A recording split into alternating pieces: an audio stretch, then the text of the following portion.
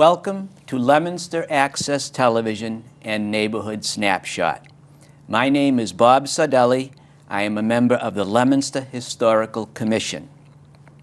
The area of our city we will reminisce about today is downtown Leominster, and our guests today are Mr. Joseph Goodhue, Mr. William Allen, and Mr. Thomas Bagley, longtime businessmen who are going to share some of their memories about what it was like in the heyday of downtown Leominster. So I want to welcome Joe, Bill, and Tom.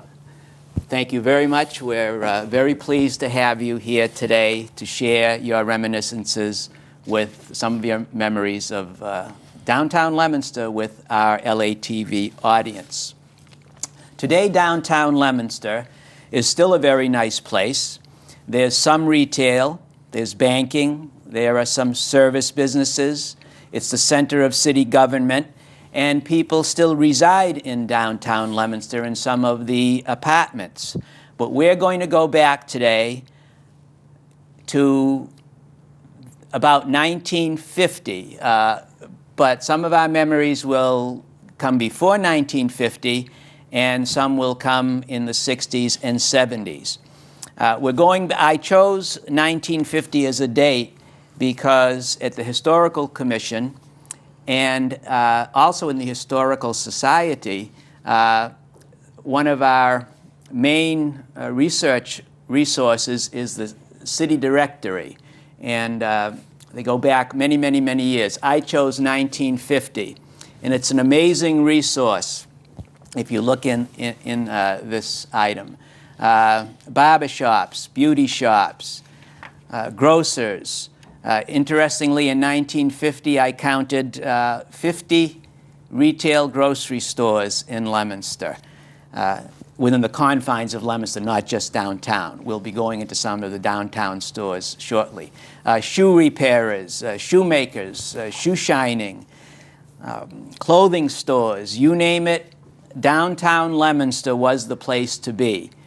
And I want to now have our guests share some of their reminiscences. And in our little, during these interviews, I learned many, many interesting things. And while we were having our little preview out in the anteroom, I mentioned how Thursday night was the big night in Leominster, and Tom mentioned something I didn't know, and I know there's a lot I don't know. He mentioned that stores were closed on Wednesday.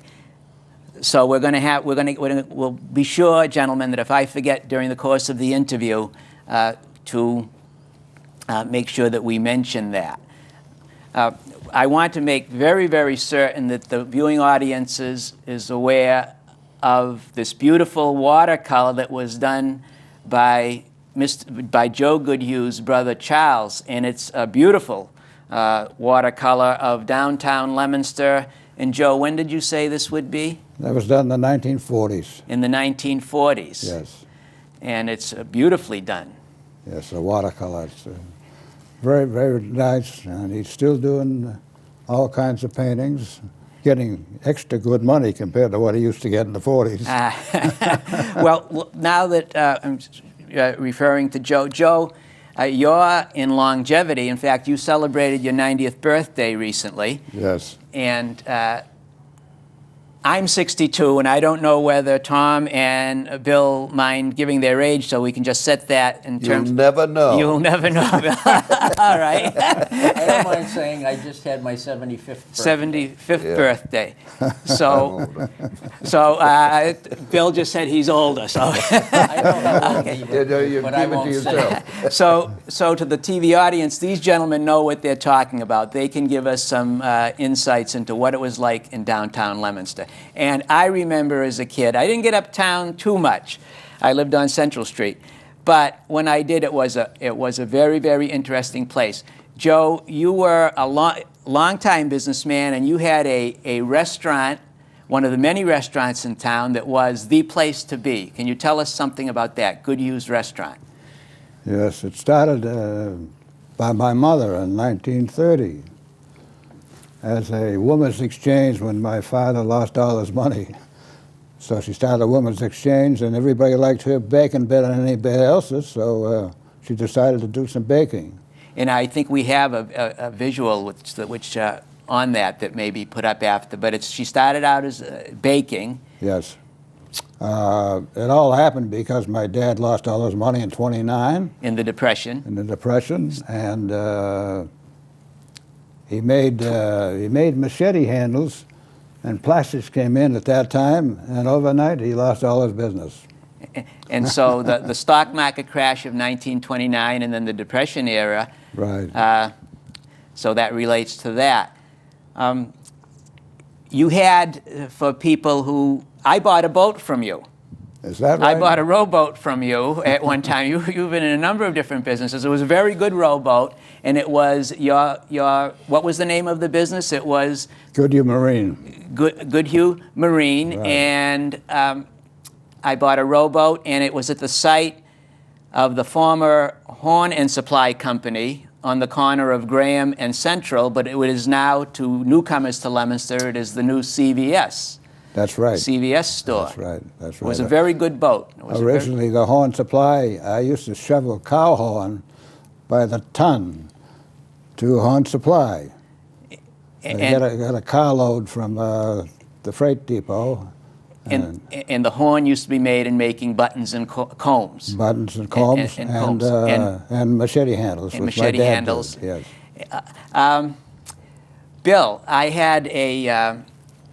I found a picture of the Nickerson building downtown, and I showed you a copy of that, and you pointed out to me that was Nickerson's prior to the Allen Company coming in. D.C. Nickerson's ever since, I think it was 1876 is when it started. It didn't start there. It started somewhere else in Leominster, and then we came in 1950, and when we changed the name from Nickerson's to Allen's, many people came in and said, you know, we're not unhappy that you're here and that you've taken over from Mr. Hall and Mr. Potter, who owned it at that time. We just wish you hadn't changed the name. Changed the name from Nickerson's to Allen's. Yeah. And looking back now, you've been there over a half century. That's true. Over a half century, and it's still a very vibrant business, and it's one of the only department stores. It's not really a department store anymore. We're more of a specialty store. But you know, every New England town had a store like ours, and they're all gone. The only one that I know of that's left now is Wilson's in Greenfield, and all the rest of them have disappeared. Which is a sad thing. Right. Yeah. By the way, I had Tucker, your son, as one of my early students. I knew that. In Lunenburg. I thought so. And I remember Gus too. Yeah. Gus is a little bit younger than Tucker. That's right. Yeah. Surprisingly, he said you were a very nice man and a very good teacher. Well, he was always a very, very smart kid, all of them. I've seen no evidence of that. and Tom, Anderson, Manzer, Bagley, and Mayo. Now, I remember in the Lubin block, correct me, I was thinking about this program, and I remember Mr. Anderson, didn't he have his business in the Lubin block? Yes, he did, Bob. And then he eventually joined with the Fred Perry Agency, and he was located over in Monument Square. And the original agency that I was involved in was Manzer and Bagley, which was started by my father. And we had an office at 39 Main Street in the Foster building right across the street from where our agency is right now. And then we moved to 41 Main Street, which was on the first floor right where the Nixon's drugstore used to be, in the same building. And subsequent to that, in 1981, we moved across the street to our present location. Which is? At 44 Main Street. 44 Main Street, which is near Allen's. And in the building that we have our agency in and is owned by a realty trust is the former location of where my partner's grandfather had a house right on Main Street. So our building at 44 Main Street, prior to being built in 1909, was the location of my partner, Mr. Mayo's great-grandfather's dwelling. Residence, dwelling. Residence. That's one of the things that when I was getting ready for the show and for the viewing audience, if you look at the downtown area has changed tremendously through the years. Yes and no. There are still late 19th century buildings, which, if you look at them, look very, very much alike, very much the same as they did then. Then, of course, we went through the whole 20th century, and a number of those buildings are still there. And now we're at the beginning of the 21st century, and those buildings, a number of them are still there. So some of the things are very different today, but some of the things are the same if you look at downtown section of Leominster. I just want to refer to the directory. It's as we get into this, you can jump in and mention some of the things. The restaurants we talked about. There was Good Hughes. I vaguely remember Conchetta's. Monty's Garden is still there and going strong. Right. Can you fellas mention some of the other restaurants that you... Boston Confectionery. Boston Was that the BC? They call it the BC, right. Boston Confectioners, BC. Confectionery. Right. Where was that? Was that near the Wood Block? That was in the Wood Block. Wood Block, which still has a restaurant today. The Monument Grill is there. Right. In addition to the restaurants that you mentioned, I can vividly recall the diners in downtown Leominster. There was a Central Square Diner, there was a Royal Diner, there was a Roy's Diner, there was Tim's Diner, Yeah. Dolan's Diner, quite a few in downtown Leominster. And when in the little preview out there, when I showed you a picture of the area where there was Dolan's Diner, you said we had the best what? Steamed hot dogs. Best steamed hot dogs in town. Mm-hmm. And that was right, where would that be? Where Ruth Lee's was, right to the right of it? Yes. It was a little... It was sort of adjacent to what I call the Scanlon Building. It was located right next to the Scanlon Building. In the Scanlon Building... On Park Street. On Park Street. That would be the building that houses, people today would know. It's used to house Economy Paint, a number of other things, but now it's got a Subway franchise. I'll tell you a funny story. Not ahead. A funny story, a sad story. They had the little hot dog place that was out where you were by the bank, and in those days we could buy cigarettes from North Carolina illegally, and I used to buy them. But my father told me where to buy them, so I bought them from North Carolina. And all of a sudden, the tax man came in from Massachusetts and said, "You've been buying cigarettes from North Carolina, and you're going to have to pay a fine," which I did. And he was very nice, and he said, "Now I've got a tough job I got to do." And I said, "What's that?" He said, "The hot dog place has not been paying their sales tax or the meals tax, and I've got to go down there and talk to them." And he said, "I'm afraid I'm going to put them out of business," and he did. Oh, boy, that's too bad. Isn't that too bad? Wow, yeah. There's so many things. The Dolan's Diner, and then that makes me think of Coughlin's Drugstore. What about the drug? Today there are CVS, and there are very few pharmacies around, but in those days there used to be lots of pharmacies. Well, Greens and Nixon's, Greens, and, Dufort's. Dufort's. From these Coughlin's, I'm reading from the directory. Retail druggists: Coughlin's, Dufour's, Gaffney, Frank Gaffney, Jiguer's, of course. That was the biggest. Which one? Jiguer was the Jiguer's, biggest. but that was on You French know why? Hill. That was down on- That was French Hill. Yeah, because he could sell liquor. You could also sell liquor there. And drugstores in those days used to be able to, Yeah, right? right. That's right. Yes. Green's drugstore, and that used to be, Green's was Right on the corner. downtown, right on. Right. Now, where was that, Joe? That Right on the corner of Mechanic Street and Main Street. Green's. Greens. And then did they relocate up to near Grant's? Near Grant's, Yeah, near right Allen's. right next door. Well, they're right In in his building, in Yes. Tommy's building. Murphy's drugstore. I remember that. Nixon, Right. C.F. Nixon. Right. William O'Malley on 43 Central. Cine's on Mechanic Street. 3rd Street Pharmacy. So we're going outside of the business district a little bit, but there were lots of drugstores. Well, the drugstores had soda fountains in them. Yes, Right. that's soda fountains. That was a wonderful era. And the soda fountains, I remember. Was it Newberry's? Newton's. Well, Newberry's. Oh, but Newberry's did have one. Newberry's Yeah, right. had a soda fountain. in Yes, there. And Yeah. I remember I remember the floors were wooden floors and they creaked a little bit. Yeah. But it was a great store, and I remember the soda fountain, and you could go in there and get an ice cream soda, or in some of these other smaller stores. I remember where Weber Furniture used to be in downtown.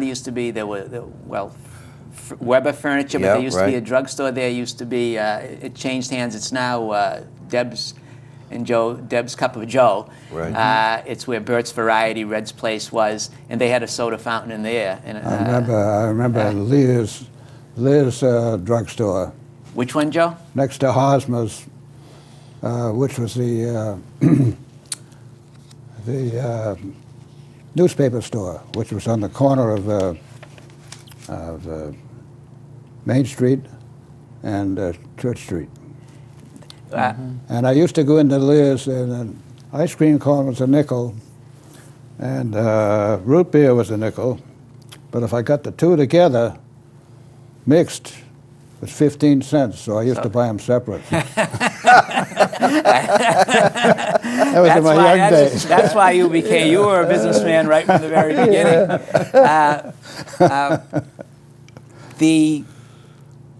So many reminiscences. Carol Cutrate. Remember that? Carol. What was Joe that? Carroll. Yeah, Carroll. no, Joe Goldberg.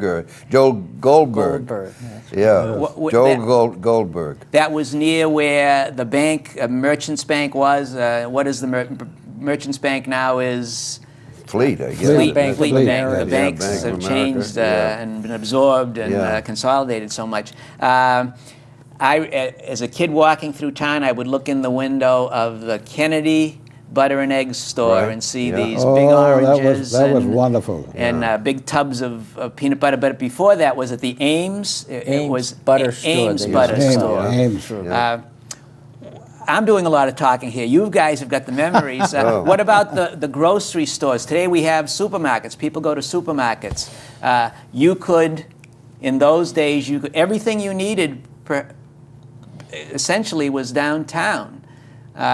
We What had about Brockelman Brothers, Brockelman Brothers? and there was the A&P, which was across the street in Monument Square. There was the First National Market over near where Ruth Lee's was.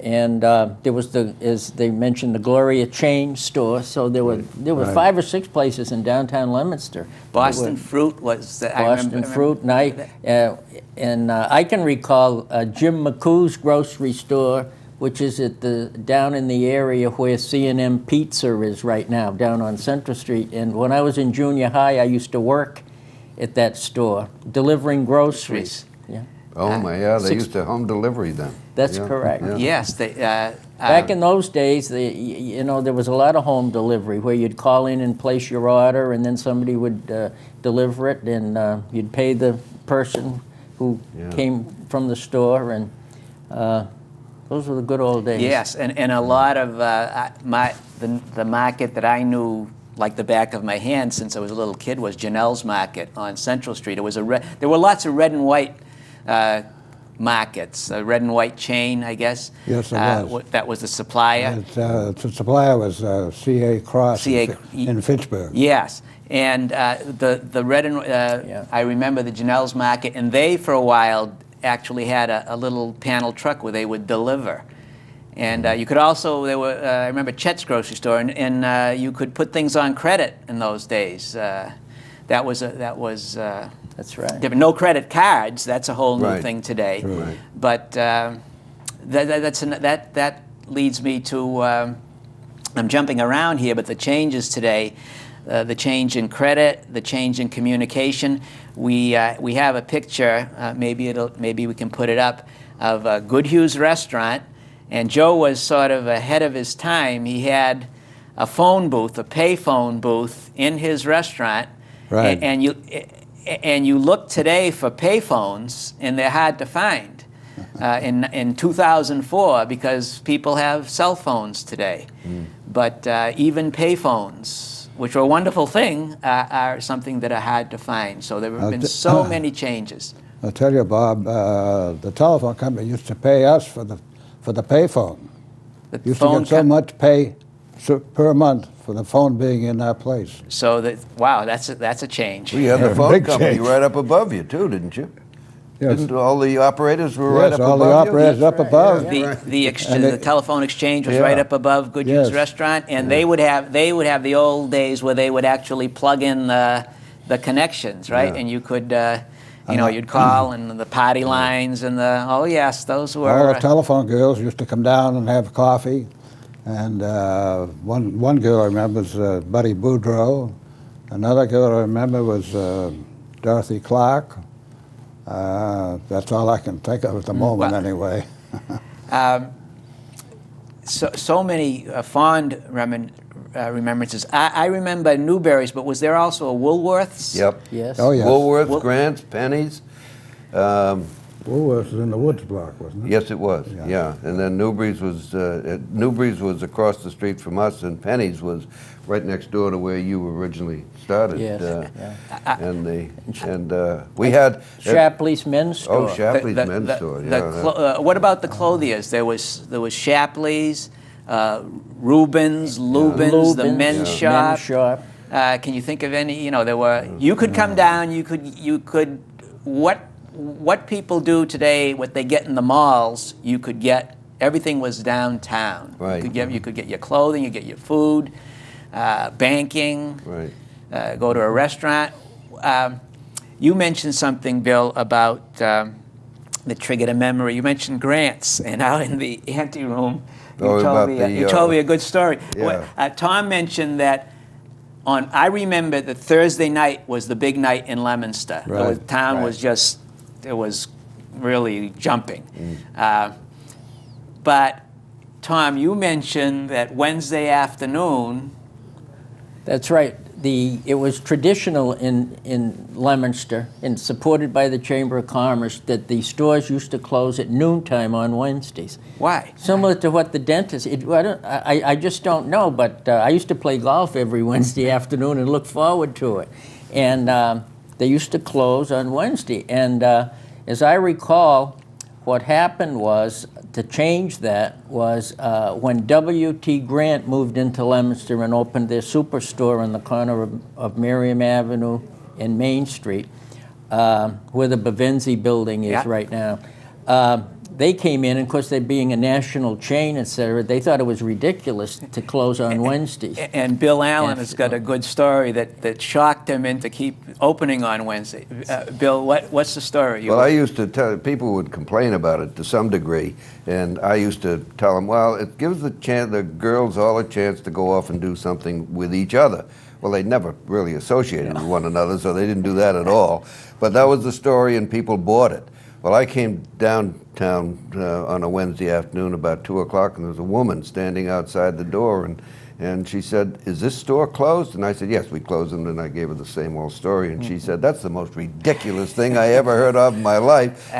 And we never closed again. on Wednesday after that. One thing I'd like to mention, Bob, is you were talking about Thursday night. Our office, back when we had our own office at 39 Main Street, we used to open till 9 o'clock on Thursday night because we had regular customers who used to come in and make a payment. You know, it could be $10 or $20 on their insurance account. And it was very important back in those days And so to you be open until 9 until o'clock. 9 o'clock at night. Yes. And downtown was a destination to go to shop on Thursday night specifically. Yeah, I remember. That was that, and Friday night was Fitchburg. Right. That's correct. Thursday, and it had was it tied into the industries, the payrolls. In other words, payday in Leominster was Thursday, and payday I think in Fitchburg I guess was Friday. So the two cities had. I don't know whether they probably coordinated it or just. Oh no, we always fought with Fitchburg. We fought. Yeah. Well, he had a store in Fitchburg. Well, They had a store in Fitchburg, yeah, and that was you had to be very careful because I would go to Fitchburg and talk down Leominster, and then I'd come to Leominster and talk down Fitchburg. The only problem with it was I'd run into people when I was in Fitchburg to somebody's wife, and I'd be talking down Leominster, and she'd say, "What are you doing that for? I grew up in Leominster. I married somebody from Fitchburg." Thursday nights and then during the week, the movie theaters. The directory says that in 1950 there was the Metropolitan Theater, the Plymouth Theater, and the Rialto Theater. Right. You would come down. There were no cinemas. To the young people who might be watching this show in the audience, there were no malls. There were no cinema complexes. There were the theaters downtown. Do you have any recollections about that? Joe, I know you do. You mentioned to me, did I have a picture of the music hall? Now, I don't remember that, and I don't think Bill and Tom remember that. No. But No. The music hall was before sound at all, so they had a piano player. do you recall that at all? Oh yeah, we used to stamp up and down like this when the cowboys would go chasing the bad people. And where was the music hall in Leominster? Well, it's the parking lot now in back of Woods Block. Behind Woods Block. So there was Yes. the music block. Behind the old McGrath building there, and there's Right. the parking lot. It was a And beautiful, beautiful, beautiful fire they had there. there were lots of fires that burned down. It sure did. As so many buildings in Leominster did in those days. We had the state. I'm sure we had the state-of-the-art fire departments for those days, but nothing like today. So we have the firemen, state-of-the-art, And the Rialto Theater had one of the best organs in the country. in the Rialto Theater, that became the site of the Leominster Rec Center. It was opposite the Columbia Block. It's opposite where W.T. Grant's used to be, and Right. now And it was it's the YMCA. YMCA. It was a beautiful building. Oh, beautiful building. There was even, when it was a rec center, they had the swimming pool in there and so on. But that was, when I used to go to the rec center as a young kid and as a young adult, I could still see the old glory days of the Rialto Theater, the staircases and the marble and so on. So it must have been it was a movie palace at Yes, that time. it was, really. Yeah, that's When I think of the State-of-the-art. state of the art. When I think of the Rialto Theater, Bob, I recall the fact that back in, I think it was the 30s or 40s, that St. Jean used to run a big bingo game in downtown Leominster. Oh, and yes. It was at... They came from all over for that. Correct. And St. Jean's was located down on Mechanic Street. That was on the second floor of one of those buildings on the left side of Mechanic Street. And on, I think it was a Friday night or Saturday evening, It was a they used to Friday. have a bingo game that had audiences down on Mechanic Street, the Rialto Theater, the City Hall Auditorium, and also the Plymouth Theater. People were in attendance at those theaters playing the same bingo game. It was all connected by radio, intercom. or they Yeah. hooked it up in some way, maybe. And they had, I think wow. at the Rialto Theater, they had the drawing of the numbers, and it was all connected by intercom, radio, whatever it is, at all these other places. And they used to draw, you remember, Joe, a lot of people at those four different we used to do a lot of locations. business that day. That night. Yeah, Yeah. Yeah. So that was quite a... Oh yeah. So there was entertainment downtown in the area of downtown. You know, we're coming into the Christmas season, and they used to have in the Common a little Santa Claus house. And Santa Claus would go in the house, and you'd go in there right after Thanksgiving, and he'd be there off and on throughout, and the kids would all come up and see Santa Claus. That was a big deal to see Santa Claus. And one year we had we tried to have a big parade, and we had a group coming in from Haverhill, and Santa Claus we parked Santa Claus in the back of a fire truck on the lower part of Merriam Avenue, and the parade was very late in getting here from Haverhill. And Marty Littlefield was the manager of Grants, and he and I were running the parade. And Marty came up to me and he said, you know, Santa Claus has been sitting in that truck for a long time, and there's a bar room right next door. And I said, oh, so what's happening? He said, Santa Claus is in his cups a little bit. So we finally, the parade came, and we got to the house, and I said, well, what are we going to do with him? You know, all these little kids were screaming and yelling, want to see Santa Claus, you want to see Santa Claus? So we got him off the truck, and he was really stoned. And we got him off the truck, and I said, what do we do with him? He said, put him in the house. So we put him in the house, and we closed the door, and we walked away. That's a good one. Bill, you mentioned like that makes me think of events, parades. I remember very, very vividly around Halloween, the city used to run, or the businesses used to run a window painting contest. They'd have a big contest where the windows around in the businesses downtown would be different kids would come in from the schools and they'd paint the window, I guess, with poster paints. And I guess it was to stop the windows from getting soaped up and waxed. Right. But that was a lot of fun. It was a great thing. Oh, they did a wonderful job with that, too. Yes. Oh, some of those kids were so clever. Yeah, some of the artwork. Yeah, right. And they got a prize for whoever when it was competitive. The best one. Yeah, yes. Right. Do you recall that? I'm sure the older members of the audience recall those days. Oh, sure. Yeah. So many. What about other civic events, big civic events downtown? Do you recall any of those? I can recall back in the days when they had the Junior Chamber of Commerce. We used to sponsor a lot of different activities, and one of the things that was sort of one that we did on an annual basis was fashion shows that Ruth Lee used to. I don't know if you participated in those, but with the kids. Ruth Lee and the different ladies' dress shops in Leominster. While you're talking about that, to trigger some memories with yours truly, I saw the name in there, the Vogue shop. That's right. I probably are forgetting others too. Oh, but, Rubens. Rubens. Yeah. Men's shop. Men's shop, but women's clothing, men's clothing. That's true. Frankels. Yeah. So and go those, ahead. The so-called style shows were very, very popular. We had them at City Hall Auditorium in a lot of cases. You had them at the rec center. And we had them at the rec center, and a lot of the local ladies posed as models. Right. We didn't have professional. We had the local ladies Well, that was modeling. a fundraiser, wasn't it? Yes, it was. Yeah, for different organizations. Yeah. And we actually at the Historical Commission and perhaps at the Historical Society too, we have some photographs of some of those style shows and those events because we've got the collection.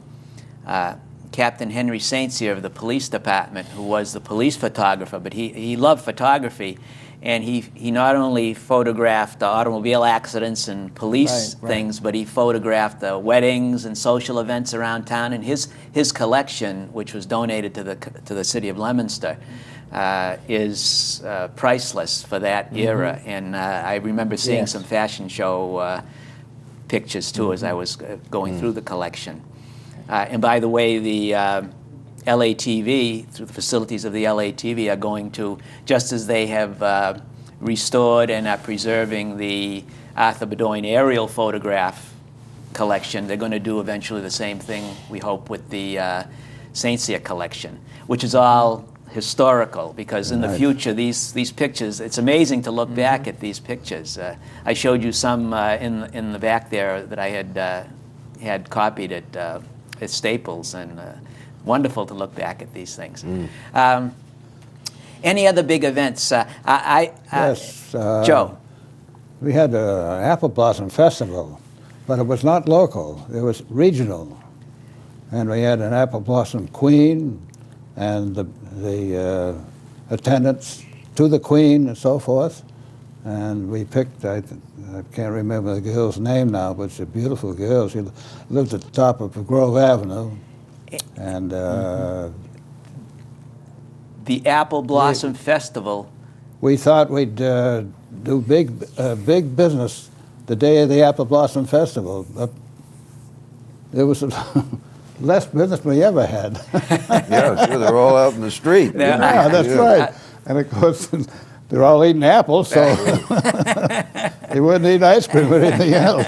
That's one of my from my childhood. I remember the Apple Blossom Festival. Do you remember the year, Joe? Was it in the?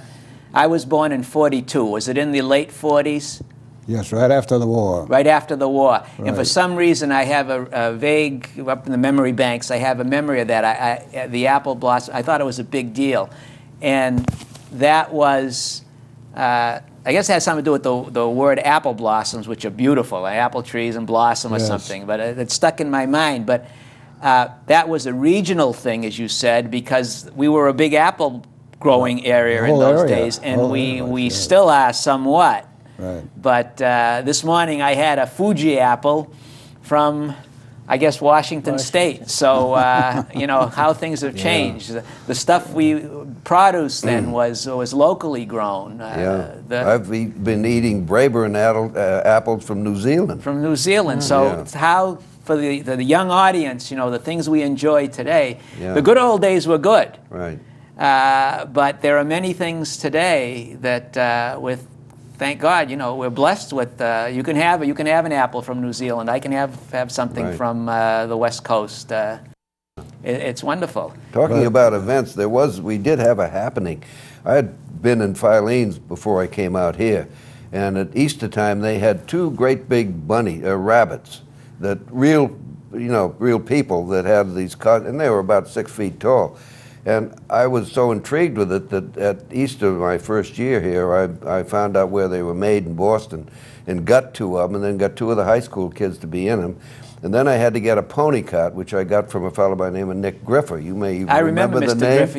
Yes, and I can still picture him with his pony cart. Yes, he lived down by the Viscaloid. Yes. Yes. In order to get him, I had to go. He said, he said, would you like a glass of goat's milk? Well, I've never had any goat's milk. So I had a glass and I almost choked on the stuff. But anyway, he said he'd do it. So we got him in the pony cart, and these two great big rabbits, and we came in from Central Street, and there must have been 5,000 people in the street. My father had come up from Marlborough, and he said, my God, I won't believe it. I don't believe it. We got them down, they came down the town, and when they got to between Goodhue's and us, there was an alleyway there, still is. Right. And we got the kids out of the pony cart, and the pony panicked and went screaming down the alleyway. Thankfully, the kids were out of the pony cart, and I think the police managed to capture them and keep it, and then we keep everything calm. Then we had the kids in the store, and there must have been 1 million people in the store, and they were all over the place. And we just had to let it go, and we tried it again it was a happening, because we did it again the next year. Nobody came. No. Yeah, it was all over. Bill, you all through the years, and now Tucker and Gus, you were innovative in a lot of things. I remember even today, you mentioned the rabbits and the pony, you know, something new to attract business. But the dinosaur. Oh yeah, that's part of Leominster lore now. Yeah. Can you tell us about that? And its holiday season is coming. Has that been retired for this year, or is it going to be back? I think it's going to be back. I'm not exactly sure where. Yeah, I think it's in the Sentinel building, so I'm sure it's going to be back. That's something that Tucker got. That was in Jordan Marsh in Worcester, and the fellow who was the decorator in Worcester lived in Holden. Tucker knew him. I remember reading a story about it. And he bought the dinosaur, and we put it on top of the building, and it's been there for about 15 years. Yes, that's been with Santa riding in the sleigh. They had another. I think the worst one he ever did was there was a fella in Colorado. Tucker went to the University of Colorado, and there was a fella in Colorado way back in the old days who had been caught in a snowstorm with 2 other people, and he almost froze to death. And the only thing that saved him was that one of the people died, and he ate him. And so Tucker had a promotion here in town for this person, and everybody, all the merchants joined in it, and it was a very successful promotion until they found out who it was for. And then, we never did that again either. No. Well, I think it was Tucker who said when a few years back there was the fire in the Feeney building. Oh, yes, right, yeah. The Feeney building, which has been beautifully renovated and brought back now. But I think in the paper, Tucker said that, well, that'll prove that you can't get a big crowd down in Leominster during the daytime with to have a fire. Words to that effect. I guess it took a fire to get people downtown. Right, So. yeah, that's true. But the downtown today is still it's a vibrant place, and there's a lot of work with city agencies trying to revitalize it. But the traffic patterns have changed, and for the audience and for the malls came in, and they're part of our culture today. They're here to stay, or who knows 100 years from now what shopping will be like. But was that what really, with their endless parking and their, was that what pretty much was detrimental to downtowns throughout the nation, not just in Leominster, but although Leominster's downtown is coming back? What would you gentlemen have to say about that? Let me go from, I'll go in the middle to, this time I'll go to Bill, and then I'll go to Tom, and then I'll go to Joe. Bill. Oh, there's no question about it. The malls have absolutely killed the downtowns. They've everywhere. The towns that are coming back, the Concords, the resort towns, they're sort of coming back. These other towns, they're not ever going to come back the way they used to be. You're never going to have a major store in any of these downtowns. But it's just something that has happened, and they're gone. It's the way things are today. Yes, the way the culture is gone. Yeah. Tom. Well, when Searstown was first proposed, think from a selfish point of view, being in the insurance business, I was very concerned about Allstate Insurance, which was a competitor, a potential competitor of our agency, and being owned by Sears, et cetera, et cetera. And they did start in business, but it never affected us at all. I think the fact that we were in a type business where personal service was evident and everything, and the fear of the Allstate never materialized. So in my case, it didn't hurt having a mall. Joe. Well, I'll reminisce going back to the 40s when downtown was really thriving. Plus the fact that you couldn't drive very far because of the World War II. So that gas was rationed, your food was rationed, everything was rationed to an extent, so that we did a nice business. But right after the war, it dropped off. People wanted to drive everywhere. Right, the automobile. So it dropped off. But with gasoline rationing, why, you had to stay close to home. You did. Yes. You did. I just want to put a plug in for downtown Leominster today, and Tom triggered the thought in me. You can go to the insurance agency, you get personal service, you know the people. You go to Allen's, you get personal service. You go to some of the other businesses downtown and you know the people, they know you. And if you go to the mall, it's not that. Sometimes you're fortunate if you get somebody to wait on you. That's true. And it's different downtown. So there still, I think, is particularly in Allen's and at Bagley's. And Joe, if you were in business, I know it would be still personalized, personal. There's that personal touch, which You know, Leominster is a nice community. it There's surely is. No question about it. It's a warm, friendly community. It always has been. When we had our terrible problems in the 70s, people stayed with us and kept coming in. I've had people, Marty Moran's wife would come in, and she used to buy a Playtex girdle. I hope I'm not telling something out of school there. She'd buy a Playtex girdle, and she came in to me once and said, Mr. Allen, when are you going to get the new Playtex in? She knew we were having financial problems, and I said, I'm doing the best I can to get it in, Miss Moran, and as soon as we can, we'll give you a call. She said, well, you know, this thing, she could buy it in any drugstore. She said, this thing is fraying, and I'm going to have to do something to get it. We had people that came in and would buy things that they didn't even want, just trying to keep us going. That loyalty. My mother-in-law was one of Yes, them. she was. That used to come in. Noni Yeah. Cannon, absolutely. Yeah.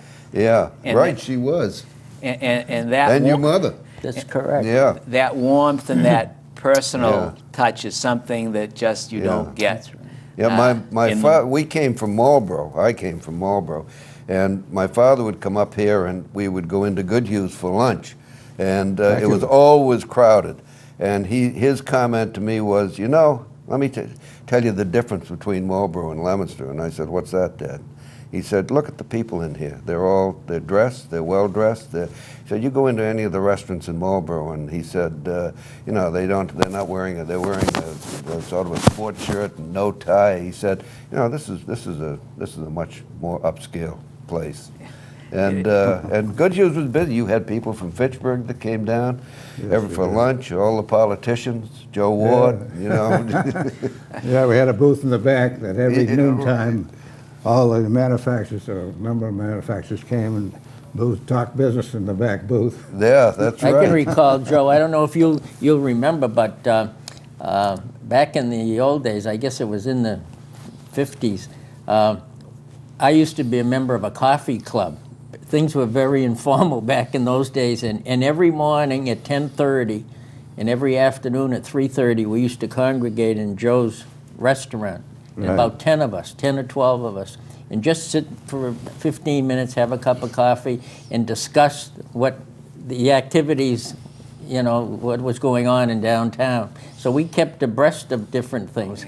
We had the superintendent of schools and the judge, yeah. Right. and every day Frank we Edmonds. met for coffee twice a day. Yeah. We can't do that anymore. Or we just it just doesn't happen No, as it much doesn't. nowadays. No. Let me tell you, the price of coffee was only 5 cents. That's right. That's why they all came in. Yeah, right. Seconds were free. Yeah. Well- We stayed there for an hour. Just, Yes. just to give you, just how Joe's mentioning prices, how things have changed. As I was looking through this directory last night, and I'm going way outside of Leominster now, but in the directory, it lists at the somewhere in here, it mentions something about United States government. This is the 1950 directory, and prices, how things have changed. President was Harry S. Truman. His salary was $100,000. The vice president, who was Alban Barkley of Kentucky, $15,000. The vice president of the United States, $15,000. And then they go through the various cabinet secretaries of those days, and they were $15,000. So what a change! How things have changed. And I know that's a little off the topic, but well, quite a bit. But I mean, how prices have changed. Well, an apple you see right there in the basket was a nickel or less, and the farmers were making money. They could still make a profit on. Yeah, I think I paid $1 for an apple the other day. Wow, it must have been a good one. It was a good one. It had to be. Nearing the conclusion of our interview, a couple of things. I'm going to, and I'm sort of springing this on you. I should have. I want you to think for a moment about if you had one of your most memorable recollections from downtown? I know you probably have many to share, but if you could share one of your most memorable. And if you can't, because if I put you on the spot, that's okay. But as a general wrapping up, again to touch on the idea that Bill, you mentioned, Leominster is a very, very nice place, and Tom, you and Joe, very nice place to live. It is a nice town. Wonderful. And the downtown area, people in our audience, the quote-unquote old-timers, the people who have the longevity in town, they remember it, as I'm sure, with warmth. And we hope that the new generation will remember that a lot of history has gone on here, and it is downtown Leominster is still a very, very nice place, and the city is working very hard to revitalize it. Gentlemen, any one of the memories things that I have about downtown, and starting with when my father started the business back in the mid-30s, you know, we've been associated with downtown Leominster for quite a few years. And the thing that pleases me the most is when I have one of my old customers come into my office and tell me that they've been doing business with our agency for like 60 or 70 years, and my father registered or insured a car for him back in the 30s.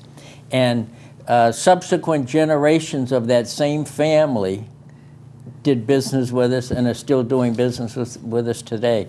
So that pleases me. And that generational thing is something you will not get at the malls. That's correct. It doesn't happen. Bill? I think to expand on what I said about the people standing behind us and supporting us, I think the feeling of the people in this community was that other stores could come and go, but the store that we had was a historical place almost, and it wasn't that it was Allen's or Nickerson's, it was just something that belonged to this community, and they didn't want to see that go. And they didn't, it wasn't us, it was the location, it was the store, it was something that was very important to them, and they did not want to see that go. And when I go into your store and I pay my phone bill and so on there, I do see the big, beautiful map. That map is right. That historical map of Leominster right. In the 1800s. So it really is an historical, it is. A historical place. Yeah. And Joe. Well, let's put it this way. I closed the business down, the restaurant down in 1960. 1960? 1960, I closed it down. I sold it to a gentleman from Canada. And unbeknown to me, why he had another restaurant over in Groton. So I used to buy a lot of food and have it billed to Leominster and then take the food over to Groton. So the restaurant only lasted 2 years. His Leominster right, restaurant. Right.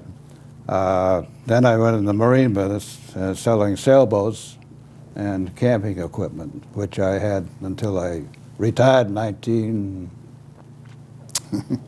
I retired about 5 years ago. 5 years ago, so right. you stayed active a long time, and you're still active in many ways. To close this interview, just before we do the formal close, you have to tell us, it's a cute story you shared with us out there about a policeman in the center, and we have a wonderful police force, and they are very, very well qualified, but this particular policeman, it's a cute story. What happened way back, way long ago, before the new traffic pattern? I guess it must have been when we had the monument. All the policemen are dead. They're all right. long past. This policeman is right. long past. What was the story? Well, he stopped the car, and he looked at the plate and said, Pennsylvania. And he said to the gentleman in the car, he said, where are you from? He says, from Philadelphia. Well, he said, what do you got that Pennsylvania plate on for? That's a good one. Well, gentlemen, I want to thank you very, very, very much. Joe? Thank you, Mr. Bob. Joseph Goodhue, Bob, Mr. thank William you. Allen, Mr. Thomas Thank you, Bagley, longtime Leominster businessmen and real gentlemen. I want to thank, as usual, I want to thank the LATV audience for viewing, and I want to thank Carl Pimarini, Jack Sully, Kevin Moran, Dennis Cormier. I want to thank Fred, and I want to thank Justin for being on the crew today. Without all of these folks in the LATV studios and the Leominster audience, you all make this program possible. Thank you very much.